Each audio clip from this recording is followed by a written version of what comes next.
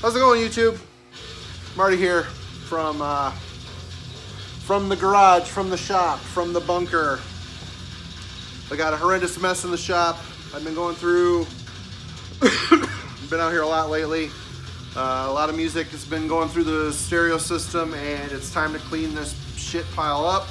So as the dryer warms up, I'm gonna go through some shit I've been listening to. So this could be a spin after sin.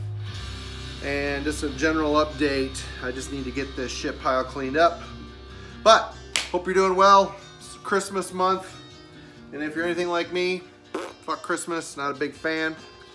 But hey, we're gonna get through it one way or the other. And I guess the first batch of stuff to go through to talk about here are cassettes. And it is a band that I've always loved growing up, but after Michael Kiske left the band, I really could care less of their new singer, Andy, what's his name? Andy Darris. I always thought Halloween took on more of a commercial, power metal, glammy kind of persona after Kiske left. Before we talk about this, in the background, should you be able to hear it, Decrepit Birth with Polarity. Recently picked up a whole bunch of these. I think I picked up their entire discography, been listening to the shit out of it. Brutal Death with Death the Band influences. Very good stuff, love it. Anyway, back to Halloween. So I found online a lot of cassettes. I got them for cheap. We've got Time of the Oath, Master of the Rings, and Better Than Raw, which I used to own this on CD. I got it as a promo back in the day, and I kind of regret getting rid of it now, as usual. All three of these albums are quite good. I'm quite surprised. I don't know if it's just because I've been in the mood for more of a stripped down, less aggressive style, more power metal influence, but Andy does a great job. I don't know what my problem was. Yeah, he's got a little bit more of an effeminate approach to his singing style, but it's all right. It's good. He does a good job. Halloween carried on, and they put out some good stuff. There's some good aggression. There's some good well-written riffs on this stuff. Definitely, if you are a fan of earlier Halloween, this is definitely worth checking out. Always, of course, they're going to prefer the speed metal origins of that band with Walls of Jericho and the mini LPs and stuff, but I also really like the Michael Kiske era, and this is just, I guess, a natural evolution for the band. Next up, I'm gonna try. I got quite a stack of CDs here. I'm just gonna try to barrel through these and not take forever. I may have talked about this in the past, but it's Mark of the Necrogram by Necrophobic. I can't tell you which number album this is, but wow, they got the original singer back from the first album, The Nocturnal Silence. Can't remember his name off the top of my head. I'm not going to dig through the insert and look for it. But this is a return to form for the band. I thought their last album with that guy that beat up his girlfriend was pretty shitty. This album is great. Probably, if I were to make a year-end list, which I am not going to do because I really don't care, this would definitely be on the list. Next up, this was a hand-me-down CD from my buddy Craig. This is Witch Vomit with, oh boy. A Scream from the Tomb Below. Honestly, a name like Witch Vomit, I was for some reason thinking this was going to be more of a traditional metal thing, but it isn't. It's kind of a Swedish death metal, worshipping death metal album. Listened to it a few times. It's really filthy, dirty, stripped down death metal. I liked it. I can't say I love this album. It's not going to do anything to deter me from the originators of the Swedish death metal style, but good for a listen. Next up, one of the best bands I've ever seen live. Hands down, one of the best bands I've ever seen live. This is The Chasm with a conscious creation from the Isolated Domain Phase 1. Chasm are back out playing live again, which is awesome because they, like I said, one of the best I've ever seen live. Daniel and Antonio are back, and this is a full-length album. This is their latest.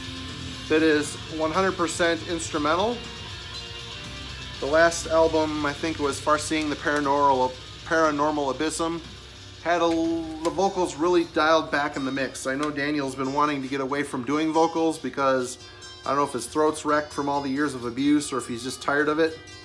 Either way, this is a fucking great album. I mean, I'm of the mindset that, yeah, instrumental music is cool, but it really needs, this style of music needs vocals. It's part of the, you know, the whole package. But Chasm gets away with it by writing some amazing songs and song structures and riffs. It's all on this album. If you can stomach not having a vocalist, definitely check out this album. Fantastic. Next up is Sarcasm with Burial Dimensions. This is fantastic. I think these guys are from Sweden. Old Swedish death metal. This is a 2 CD collection featuring their Burial Dimension album, Touch of the Burning Red Sunset demo, which is, wow, amazing stuff. Demo 93, Demo 93, In Hate Demo 92, Soul Enchantment Demo 92, and Flesh Waste Demo. So there's a lot going on here, and this spans pretty much all of the early inception of this band. It's really fantastic. Their early stuff is great. A little Cantation worship there. I have an original copy of this that Akhenaten Andrew Harris put out on his Breath of Night Records, and got ruined when my toilet exploded and all the water ran down and wiped out like a third of my CD collection. Really pisses me off to think about it, but super melodic Swedish death metal with some heavy twisted, dark, deep-tuned death metal infused with it. Fantastic stuff. Check it out. Filling in some holes in my Varathron collection that I didn't have. I picked up Crow's Reign. A lot of people say they don't like this album. I am of the mindset that it's really good. It's kind of instead of a, check out that cheese, man. It's fucking terrible. Terrible picture. Instead of this being more of a Greek black metal style, it is technically charged with some tech death. Still really, Necroabyssos' vocals are deep and awesome. I don't know. It's a little bit different of a mindset for Varathron, but I really like it. Next up, this was another Craig gift. This is on Go to War X Records. So Wyatt, Touch Your Penis Now. This is Kinstrife Blood with On Paths Long Forgotten. I think this is getting reissued from the dude Argonoff from Drawing the Lights label. He's reissuing this on CD, maybe vinyl too. But this, something about this album is, I was quite surprised. It's pretty much stripped down barren black metal, but there's a dungeon synth vibe about it. It's all synthetic drums, some synth stuff, and just the feel and presentation of Kinstrife Blood is very dungeon synth oriented. If you're into dungeon synth and lo-fi black metal, this is a very effective marriage of the two genres. I've enjoyed it quite a bit, actually, especially during a time where I've been more into brutal death metal than I've been into anything else. On the dungeon synth kick, I missed out on the latest Sequestered Keep CD, The Veil of Ruined Towers. I've only listened to this a couple times because I need to be in the mood, and it's usually when I'm stressed out and in the shop, which I'm here now waiting to get going on work. A lot of people say that, not a lot of people, I've heard some friends of mine comment that they think that Sequestered Keep is starting to get a little happier sounding, which, you know, there's some definite more up feeling progressions on this album, but it's still good. I mean, as far as dungeon synth goes, modern dungeon synth, this guy is kind of leading the pack. He's super prolific. He's got a shit ton of stuff out, and can't deny how complex and layered it is. He really crushes a lot of people within the same genre. Next up, I was going to do a review of this, but I'm just not going to get around to doing reviews at this point. Voivod The Wake. This is the 2 CD set with the, it also has the 770,000 Tons of Metal live set, and Post Society EP is disc number 2. Supposedly this is limited edition, but Target Earth, the comeback album for Voivod with Dan Chewy, who was in the band Martyr. I liked it. I didn't like the production, and the songs kind of wandered a little bit for me. It didn't seem like they had it figured out. But with The Wake, wow, they really nailed it down. This could have been between Nothing Face. This could have been the album that came between Nothing Face and The Outer Limits instead of Angel Rat. Angel Rat really threw me for a loop. I know there's a lot of people that love that album, but The Wake is really well written, really well produced. The guitar work is fantastic. It sounds like an authentic Voivod album. And another one of my favorites for the year. I know a lot of people are tooting the horn about this, and it's all completely warranted. Great album. It's great to hear Voivod back. And this CD, I spent entirely too much money on it because I wanted it, and it was super limited. And when people talk about Dungeon Synth along with Mortis, they also talk about Depressive Silence as being very influential. This is I believe this is called Morning, but I'm not entirely sure. 1, 2, 3, 4. It's a 5-song album by Depressive Silence. I believe these guys are German, but don't quote me on that because I'm talking out my ass. Super limited, stripped down, easy design. But as far as Dungeon Synth goes, this shit is pretty spot on. It's really well layered, has a good depressive element to it. It has a mystical, ancient vibe as well. Definitely, if you are into Dungeon Synth or starting out, definitely give Mortis a chance and give Depressive Silence a shot. These guys are really good. Before Dive Bomb Records moved, they had a big sale, like a $5 sale. And I picked up on some stuff that I wanted original copies of, even though these are all reissues. First up, one of my favorite bands, one of my favorite German thrash metal bands is Death Row. Deception Ignored is definitely one of my all-time favorite albums. This is Life Beyond. This is their final album. This is with the album cover that they wanted to use for the album. Dive Bomb took the time, redone it. I don't know if it's been remastered, but it's a good album. You know, coming after Deception Ignored, which was a technical marvel. I mean, really, it's as far as tech thrash goes, that was definitely a crazy busy album, but super well written and memorable to me anyway. Life Beyond still sounds like Death Row, really bizarre vocals, and it is, I think they tried to tone back on the tech thrash stuff and tried to go for more of a commercial style. Some songs that are a little weird, but I still really like this album. So I'm just gonna drop it on the floor. Next up is the second Scanner album, Terminal Earth. This is a reissue, of course, by Dive Bomb. It's a good album, but their first album, Hypertrace, is an unsung, overlooked thrash power metal hybrid classic from back in the day that, you know, a lot of people lump these guys in with Helloween. They kind of sound like Helloween, but it was a little unwarranted because they were really good. Hypertrace was fantastic. This has got some silly shit. This has got some silly thrash, social, political topics as opposed to space. I like it, but it's definitely a noticeable departure. For $5 though, you know, I was sick of the CDR I had of it from back in the day.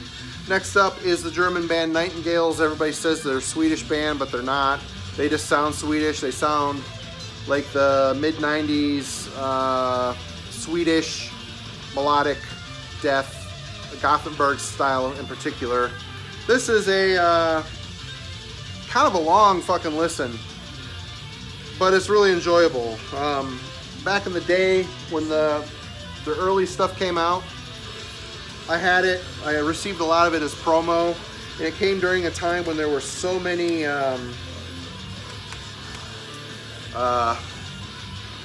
bands aping the Gothenburg sound. It was kind of like brutal death metal for me. I was burnt out on it and didn't care and got rid of it. Now I find myself buying it all back because it was really good. And this is really good. It's got a lot of demo material. It's got a lot of rarities. It's got tracks pulled off of Death Is Just the Beginning comps. It's got an Indians cover. It's by Anthrax. It's got a Pentagram cover on it. It's just kind of a mishmash of stuff all put into one place for $5. It was definitely worth checking out. Next up, my buddy Ben Smasher, Brain Smasher, turned me on to this band, I Hate Therefore I Am by Cyclone Temple. This album is really good thrash, kind of polished, heavily produced thrash with real melodic vocals, really melodic pitch sung vocals. Kind of reminds me of thrash metal mixed, American thrash mixed with Alice in Chains, which I think is a fair assessment. I Hate Therefore I Am is by far, out of the two I now own, the best. This one, Land of the Greed, Home of the Depraved, I've only listened to this once, and I don't remember being that into it at the time. But this has their 89, 91 demo and some live stuff. I have to definitely listen to these again, because you would think the older demo would make them a little more thrashy and less Alice in Chainsy, but my old brain was just probably not in the mood for it at the time. We're getting towards the end here, folks. 16 minutes, not too bad. Next up is a project release by a friend of mine. This is Hoof and Horn with Duality of Man. This is a black metal project by Andrew, who is in Nechachwen, as well as Iron Flame.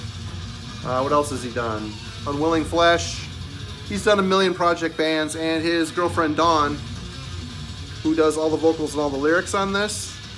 This is I think this is limited to 50 copies. If you want one of these, you're gonna have to probably get a hold of him and ask if it's available. Very well written. Early 90s Scandinavian, mid 90s Scandinavian influence black metal, really heavily dissonant, but memorable and melodic guitar riffage, and Dawn's vocals are just scathingly, blistered, high-end shrieks. It's really good. This is really good. Spent some time with this in the car, and out of all of his project bands, although I really like the sweet death stylings of Unwilling Flesh, which me and my buddy Jim released through Iwaz Recordings. This is good shit, man. I think this is like a continuation of his Moon-Throne black metal project, but definitely check out Hoof and Horn, very good stuff. And next up is a little dose of some punk, because I have been in a big-time punk and hardcore vibe. And I still haven't gotten all the shit I've ordered, because I've gotten a lot of stuff lately. But I found out one thing. I really suck at Discogs. I get excited, I find something cheap, I order it, and I realize I didn't read all the fine print. Which means, example A, Subhumans EPLP. This is how it came. I have the original cassette of this I bought back in the day. I just wanted an upgrade for a CD copy for the shop in the car, because I've been listening to a shit ton of Subhumans lately. Ordered this, I got it for cheap, but with shipping it was like 13 bucks, only to find out that it didn't include any of the artwork. So there you go, but this is great. This includes the first 4 7 inches that Subhumans did onto one album, and it's some of their most classic material. Next up is Subhumans, Time Flies But Airplanes Crash, along with the Rats EP mixed together. If you're not familiar with the Subhumans, they are a British punk band that do mix in some reggae / ska elements on occasion, but mostly it's just straight up anarcho-punk, very politically charged, lyrics that have meaning and purpose, but they're really catchy. I've always liked them. I've got a lot of their shit on cassette, and I know cassettes are coming back and everything, but man, they're still an inconvenience for me. But Dick's vocals are great. He's just a snarled, pissed off sounding British guy, and the Subhumans have always been right by me. And continuing on with my failure to be a good Discogs purchaser, I got a collective CD of SSD Control. This has all 3 of their albums. The kids will have their say, Get It Away, and How We Rock. I got this for cheap as well, only to find out once I got it that it is indeed a CDR with printed paper inserts. Someone made this. It's kind of cool to have all 3 of their albums, which are long out of print, in one place, although The Kids Will Have Their Say is by far the essential thing you need to get from SSD Control. Really pissed off, out of tune sounding hardcore with very hatred-filled vocals, screaming attack. But as they went on, like with the How We Rock, they got more of a rock element infected them. I know it kind of killed them. I think a lot of hardcore fans hated the direction of this band, and can't say I was a big fan of it either, but it was cool. Even though I spent some money on basically a handmade CDR where track 2 skips because the source material, they were recording it off of a LP. Record skipped. But other than that, I'm glad to have heard this, and I will definitely keep a lookout for the vinyl of the good stuff early on. And last up, I'm a big Bad Brains fan. Early stuff in particular, they're probably one of the best hardcore bands in the world ever. And I realized that some of this shit I either had as MP3s from back in the days when I used to download shit, and I need to rectify that. So first up is the self-titled classic hardcore album. It's got all the good shit on it: Sailing On, Attitude, The Regulator, Band in DC, Big Takeover, all the good shit right here. And basically a lot of the same material, but recorded in an old house. Black Dots. This looks seedy. I got this off of Discogs. It looks like it's been in somebody's ass. And it's all scratched up, but it still plays. Love this shit. I love, you have to really crank it up because the production is really quiet. But man, the playing is raw and just full of life. And I used to have this CD back in the day, and for some reason, when I thought I was getting out of punk, I got rid of it. But this is the Attitude There Are sessions. Basically a lot of their classic material. Oh, I do want to make a comment that